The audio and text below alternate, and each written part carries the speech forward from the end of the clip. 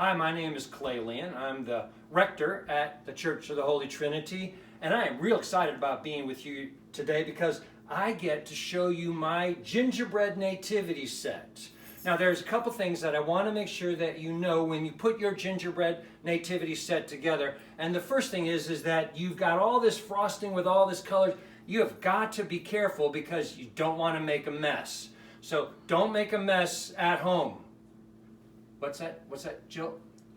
Oh no, I made a mess?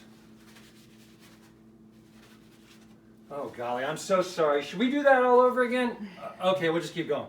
See, I don't make a mess. You don't want to make a mess. But you should have fun.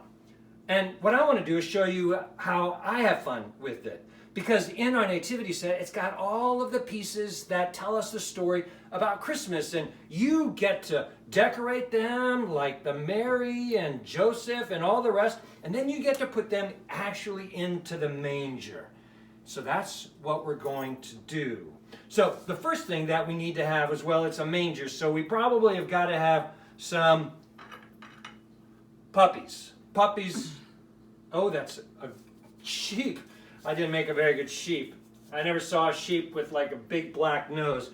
But there's a sheep, and we're going to put that right down there. I just want to go on record and saying that's his ear. That's his ear? Yeah. And an eye. So the sheep is there because, well, they had a lot of sheep back then. And the sheep were there to see what was going to happen next. And so we are going to then put that other sheep. We'll put him over on this side because he's like... he's wandering off. I think he's hungry and was going to go get something to eat. But don't worry, he's going to turn around and he's going to look to see the baby Jesus. And then we've got Mary. And Mary came on a donkey. I know Mary is probably not this big because that donkey probably couldn't carry her. But anyway, it's not to scale. But Mary is in the manger too. And we're going to put her right there.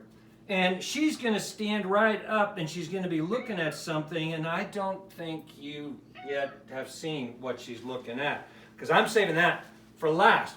And then there is the donkey. And so we're going to put the donkey out back because the donkey's tired and probably getting some water and maybe, oh no, maybe the donkey's tired and he's going to lay down. But the sheep is going to stand up. That's all good. And then we need to put the other donkey over here by the other sheep. Do you see how hard it is to make one of these? And so if you have one that's actually standing up, you are so much better than me at making nativities. There we go. Now, this ain't gonna work. Big glob. Big glob. All right, big glob. I'm getting a big glob for Mary as well. There you go. There you go. See, use the biggest glob you can get because you want Mary to stand up, and then just pretend it's like snow. And then Joseph gets a big glob as well. It's kind of fun because you can get really like all hands in. And Joseph is going to be over here, and he's going to be looking, and there has to be something right there. Now, I thought that maybe if I made a really big TV, they could both have like a big screen TV back in the back that they could be looking at, but Jill said I couldn't do that. Instead, she suggested that maybe what they're really looking at on Christmas is a baby in a manger, wrapped in swaddling clothes, a baby who had a very special name, and I think you know that name, the baby who had the name of Jesus. And so we're going to put Jesus right in there. And hopefully not get them all messy. And there you go, a baby Jesus in the manger. Now, you notice the star on top because it's pointing down to say that's where the baby Jesus is. But there are a couple other pieces that you probably have in yours, but I'm not putting them in yet. You know what they are.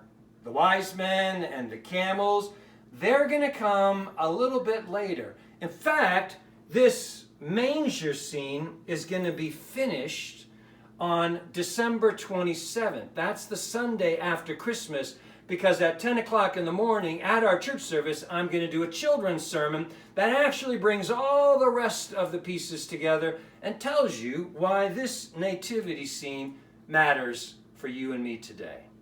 So, I think it's a pretty good shot, except for this donkey just won't stand. Boo-ah! Did it!